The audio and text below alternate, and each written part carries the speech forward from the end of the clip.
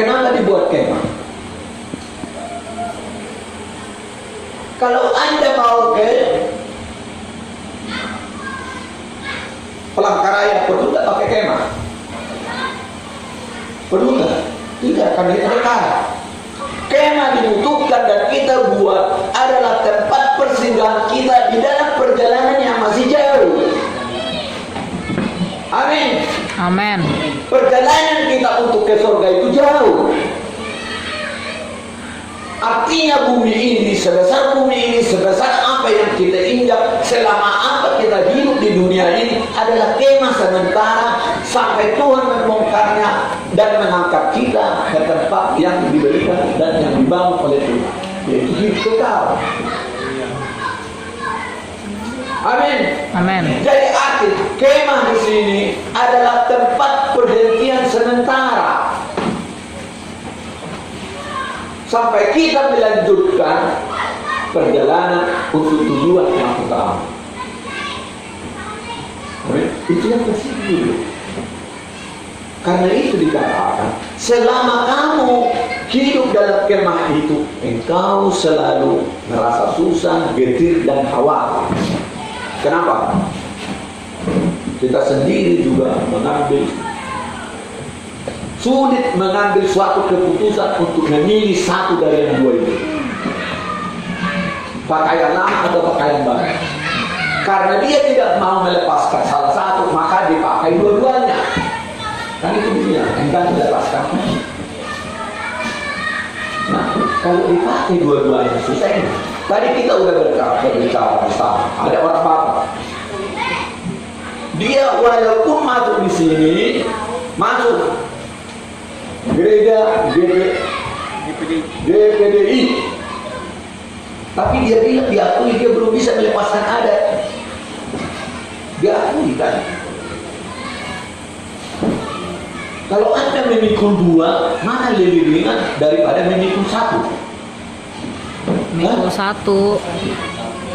Tapi siapa di antara Anda yang mau melepaskan yang satu supaya ringan? Tidak ada. Enggak. Saya sungguh-sungguh. Ada enggak? Jujur. Saya sendiri sulit. Tetapi kupaksakan harus milih satu. Itu makanya saya tidak pernah mengerjakan ada.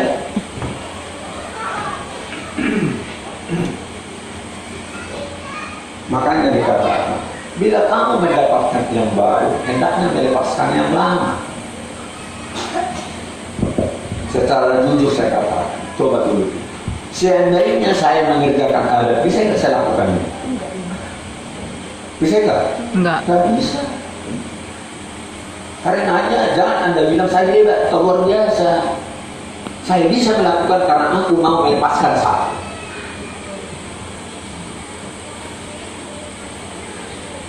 Amin. Amin. Sekarang saya tanya, kalau kamu memiliki dua, kamu memiliki satu, mana lebih banyak biayanya? Dua. Ya, itu makanya Tuhan bilang, semakin banyak hartamu, semakin banyak pikiranmu, sehingga kau pun tidak punya kesempatan lagi memuliakan aku.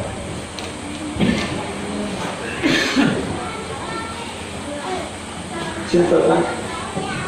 Anda membaca ini kemarin-kemarin, begitu baca pasal 5 sampai 6, dilanjutkan pasal ayat 6, 7, 8 kan gitu. Mana yang Anda sukai? Hanya itu yang dibilang. Ternyata yang Anda sukai itu bukan itu yang menyelamatkan. Yang Anda sukai kalau ada berkat. Yang Anda sukai kalau ada pengampunan. Yang Anda sukai kalau Tuhan melindungi dan menolongmu. Benar enggak? Benar. Tapi kalau firman Tuhan yang mengatakan siapa yang mengasihiku hendaklah dia menuruti semua perintahku, itu yang dipegang itu. Artinya kita memberi kepada Tuhan. Kamu pegang kayak itu? Iya.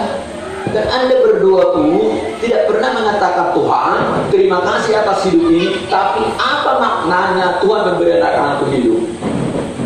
Berikanlah tugas-tugas yang akan kulakukan untuk memuliakan namamu. Itu jalan yang berbeda demikian.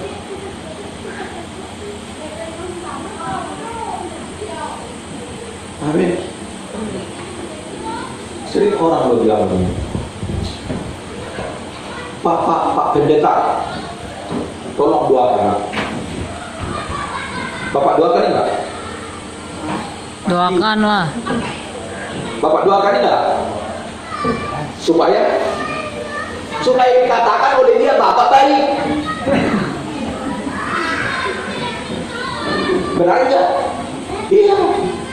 Tapi seandainya kamu minta tolong kepadaku, berdoa kepada Tuhan untukmu, kira-kira apa jawaban Tuhan? Pasti dia bilang, dia juga punya mulut, dia juga mengenal aku. Kalau aku menolongnya atas permintaanmu, maka engkau yang akan dikultuskan. Artinya Tuhan marah kepada aku. Lalu saya selalu menjawab kepada mereka itu, imanmu lah yang menyelamatkanmu dan doamu lah yang didengar Tuhan. Kalau kamu tidak mau berdoa kepada Tuhan, harus melalui aku, berarti kamu tidak percaya kepada Tuhan atau kamu takut, jadi menjauh dari Tuhan. Karena tugas kita juga penginjil ini dan para hamba Tuhan adalah mengajar. Karena bukan kita yang menyelamatkan mereka, hanya Tuhan. Benar enggak? Benar. Tahu nggak? Udah mengaku tadi anak saya, belum pernah dia dengar saya khotbah. Dia masih menganggap saya adalah kalau tua simbolon yang 16 tahun lalu, 17 tahun lalu pengusaha. Pengusaha yang bangkrut. Benar. Itu makanya dia bilang saya cuek aja. Karenanya sekarang saya 70 tahun juga sudah capek. Karena uang itu tidak membawa bahagia. Kesusahan dan keletihan itu membawa sukacita. Itulah makanya saya jalani ini. Kenapa? Karena saya tinggalkan yang lain. Saya bilang, Tuhan ampuni, jangan ambil semua. Tuhan tidak mengambil semua. Artinya perusahaanku bangkrut, tapi kalau pribadiku tidak bangkrut.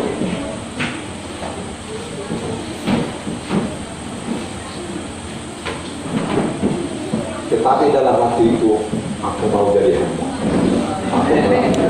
Aku lakukan. Ternyata yang sedikit tinggal itu tidak pernah habis. Yang sedikit tinggal itu tidak pernah habis. Lalu aku dikasih juga mantu, dikasih cucu-cucu, makanya segalanya bertambah. Amin. Walaupun pikiran dan kesulitan itu bertambah, tetapi di dalam kesulitan dan pikiran itu, kesusahan itulah kebahagiaan. Arti kebahagiaan bila kita bisa mengatasi tantangan yang terjadi. Benar gak Bu? Apalagi Ibu, gaji kecil nggak ada, anak sekolah banyak permintaannya lagi. Benar, beban nggak Pak? Tapi kalau bisa diatasi, dia bilang haleluya. Dia merasa bahwa dia yang bisa mengatasi. Ternyata di dalam keluhannya, dengan cara yang tidak kalian tahu, Tuhan memberikannya. Amin. Amin. Nah, kisah ini semua adalah buah-buah firman, bukan firman, tetapi firman itu datang atas dasar kejadian dan kebenaran. Marah Tuhan berfirman karena manusia. Manusia diberkati oleh Tuhan melalui firman-Nya karena manusia itu mau bertobat atau mau baik. Manusia itu disukai Tuhan dengan perkataan, dengan firman, dengan janji-janji karena manusia itu mau menuruti kehendak Tuhan. Manusia itu dihukum melalui firman-Nya karena manusia itu melawan Tuhan. Nah, kalau Tuhan tidak suka Bapak, apakah Tuhan datang bawa pisau kepada? Enggak kan? Akan disuruh orang jahat. Pada saat itu dilakukan, orang jahat itu juga jadi hambanya. Dan kita yang dikasihinya menjadi musuhnya, makanya disuruh ditusuk. Kan begitu juga yang kita lihat di dalam kejadian sehari-hari. Dan itu juga yang kita lihat bagaimana Tuhan menghukum Israel, bagaimana Tuhan membebaskan Israel. Kalau Tuhan marah sama Israel, disuruh bangsa sekitarnya menjajah dia. Yang tidak disukai Tuhan dan bangsa yang tidak mengenal Tuhan. Amin. Di dalam penderitaan orang Israel itu menjerit, maka Tuhan berkata, aku mendengar jeritanmu sehingga aku menyesal menghukum. Benar enggak? Lalu dilahirkanlah di situ yang disebut hakim. Itu biasanya itu dari orang biasa, bukan dari imam. Itu yang diberikan Tuhan menjadi panglima untuk membebaskan mereka.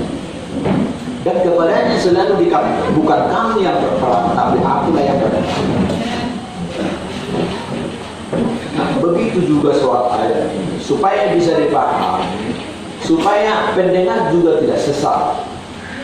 Harus bisa Anda bedakan firman yang dari Tuhan atau firman yang menjadi buah firman yang dilakukan oleh manusia. Saya sudah katakan, satu buah dilahirkan dari pokok. Pokoknya adalah firman dan dia melahirkan buah firman. Tetapi apa yang terjadi di sini dan yang tertulis adalah kebenaran yang membuat firman itu datang. Sekarang aku tanya, apakah Tuhan berfirman tanpa sesuatu? Ya Pak Gembala, apakah Tuhan pernah berfirman tanpa sesuatu? Karena ada sesuatu, maka Tuhan berfirman. Amin. Amin.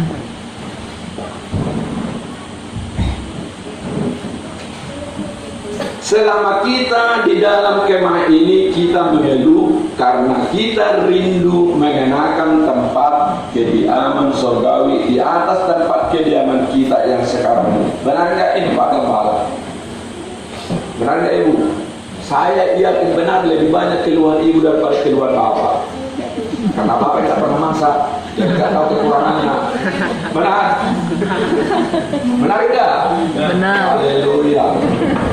Jadi bilang, selama Anda hidup, maka kesusahan, penderitaan, keluhan, ketidakpuasan itu tetap ada.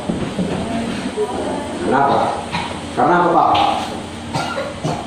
Sesusah-susah Bapak, sesusah-susah yang lain tidak mau mati. Bapak mau mati tidak? Tidak lain. Tahu-tahu mengatakan susah. Yang gua heran, mengeluh sakit. Saya kan sering ke rumah sakit. Pak, Bu, jangan mengeluh. Ibu kan udah 70 tahun. Kan udah dibilang di Al-Quran juga maupun di Injil dikatakan kalau di atas hidup di atas 70 tahun kesusahan lah yang ada. Iya juga ya. Tetapi ibu kenapa takut mati? Ah enggak, lalu kenapa berobat? Amin. Artinya kenyataan-kenyataan dan yang harus terjadi kita tidak siap menerimanya. Justru dia makin tua, makin sering ke rumah sakit. Artinya dia semakin tua bukan siap mati, malah makin takut matinya. Sama dengan saya. Nah, yang saya maksudkan menjelaskan penderitaan itu. Penderitaan ini tidak bisa Anda tutupi dengan pakaian. Jangan kira kalau orang pakai mobil tidak ada lagi kesusahan, lebih banyak kesusahannya. Karena mobilnya bagus, maka supirnya juga jadi gaji besar.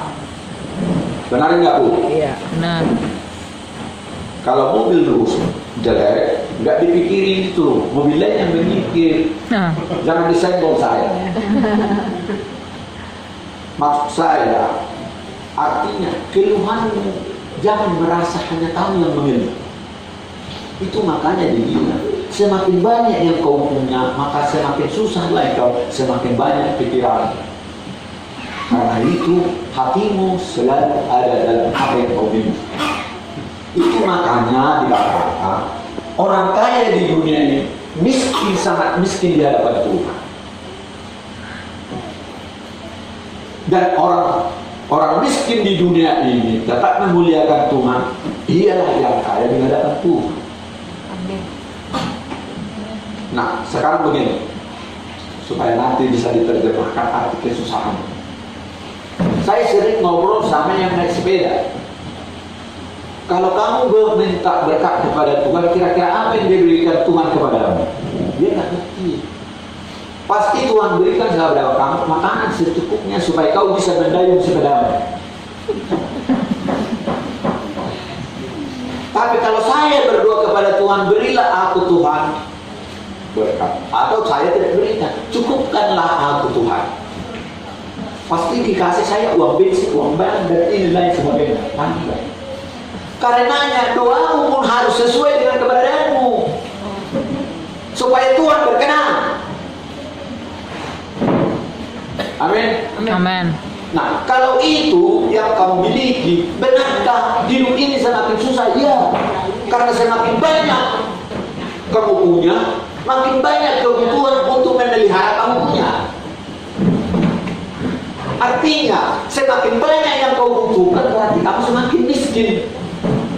Kalau kamu yang miskin hanya minta makan, berarti sedikit kekurangan, karena sudah dicukupkan yang lain. Maka kamu lebih kaya di hadapan Tuhan, karena Tuhan juga capek mikirin kita ini. Bayangkan, penduduk dunia ini sekarang 8 miliar. Malam di sini kita tidur, di tempat lain siang juga berdoa dan meminta, terus berputar. Karenanya Anda selalu mengkhotbahkan Tuhan tidak pernah tidur. Benar nggak? Benar. Karena apa? Karena bagi Tuhan tidak ada siang dan malam. Maka dia tetap bekerja sepanjang waktu. Kerjanya mendengar doa-doamu dan doa-doamu, dan semuanya 200. Hanya minta. 200. Benar nggak? Lalu seperti nanti, supaya simple, supaya ada kebahagiaan dari dirimu, supaya syukur bertulus. Tapi katakan begini, hendaknya kau bersyukur dalam segala hal. Bersyukur enggak? Kapan kau bersyukur? Karena tadi saya dengar kamu mengeluh. Berarti kata syukurnya tidak tulus.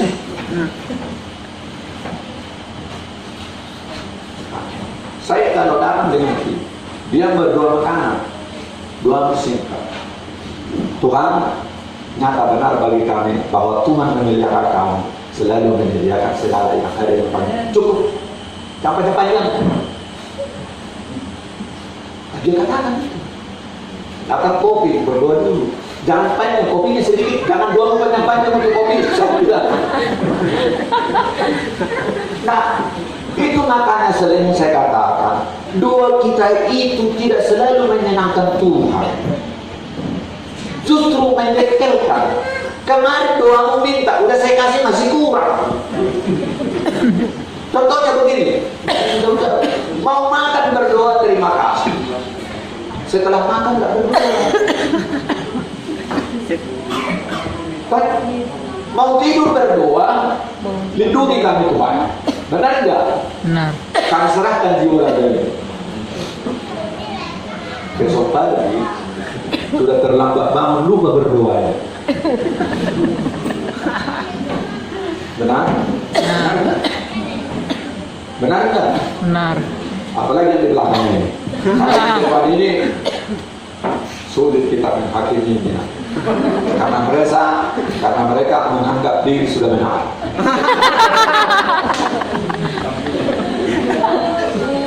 Itu makanya seperti sekarang kita ibadah. Aku datang beribadah. Bagi siapa ibadah ini? Bukan bagi saya. Ibadahku hari ini adalah untukmu. Tapi ibadah yang untukmu nanti aku sebagai jemaat, bukan sebagai pekerja dari Tuhan. Kalau sekarang aku di sini menjelaskan ini, aku merasa berbeda. Aku merasa benar. Ya benar. Tetapi belum tentu benar di hadapan Tuhan. Tapi kalau saya jadi pendengar, baru aku tahu bahwa aku pendosa. Karena aku sudah digurui khotbah juga. Amin. Amen. Demikianlah begitu. Jadi kalau di dalam Alkitab memang dikatakan demikian, apakah ini bisa berubah kalau kepada kita? Tidak, sama. Kalau itu berubah, maka firman ini tidak kekal. Amin. Amen. Nah, saya bertanya, adakah kesamaan dalam firman ini di dalam kehidupan kita sehari-hari? Ada nggak, Pak? Yang keras? Ada. Berarti kolerasinya ada keadaan ini dengan keadaan pada zaman itu. Maka firman ini relevan dibawa malam hari ini.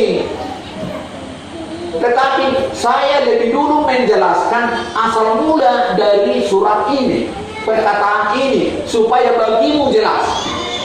Bila kamu mengingat Rasul Paulus, maka kamu harus berpikir selalu dengan nasihat Rasul Paulus. Karena nasihat Rasul Paulus itu berhikmah yang menjadi buah daripada firman.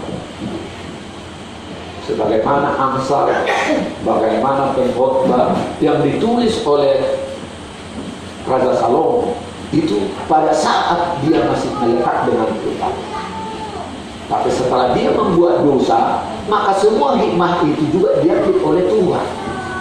Maka Tuhan berkata kepadanya bahwa tiba waktunya bahwa apa yang kau bikin itu akan kuserahkan kepada kerajaan. Jadi kalau Nebukadnezar atau Babel menjaga itu bukan dosa Israelnya toh, tapi dosa dari Salomo. Kan itu yang ditulis. Dan dosa itu dihukumkan walaupun sudah dibuatkan kepada Salomo, terjadi 400 tahun kemudian. Demikian juga tentang firman ini. Harus selalu dilihat dulu sejarah. Kapan ini dinyatakan, untuk siapa, oleh siapa, karena apa, dan di mana. Seandainya hanya firman ini saya jelaskan tadi, kan sudah cukup. Tapi bagi Anda itu tidak nempel di hati.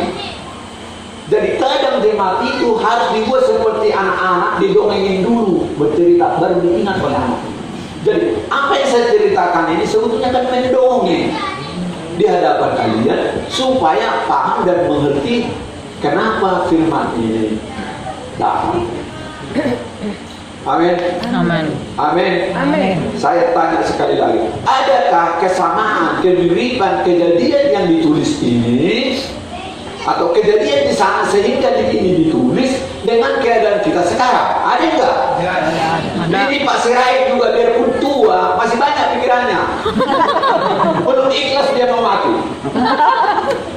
Sama dengan saya. Tetapi ketidaksiapan kita untuk mati membuat kegelisahan yang tidak putus-putusnya. Amin. Amen.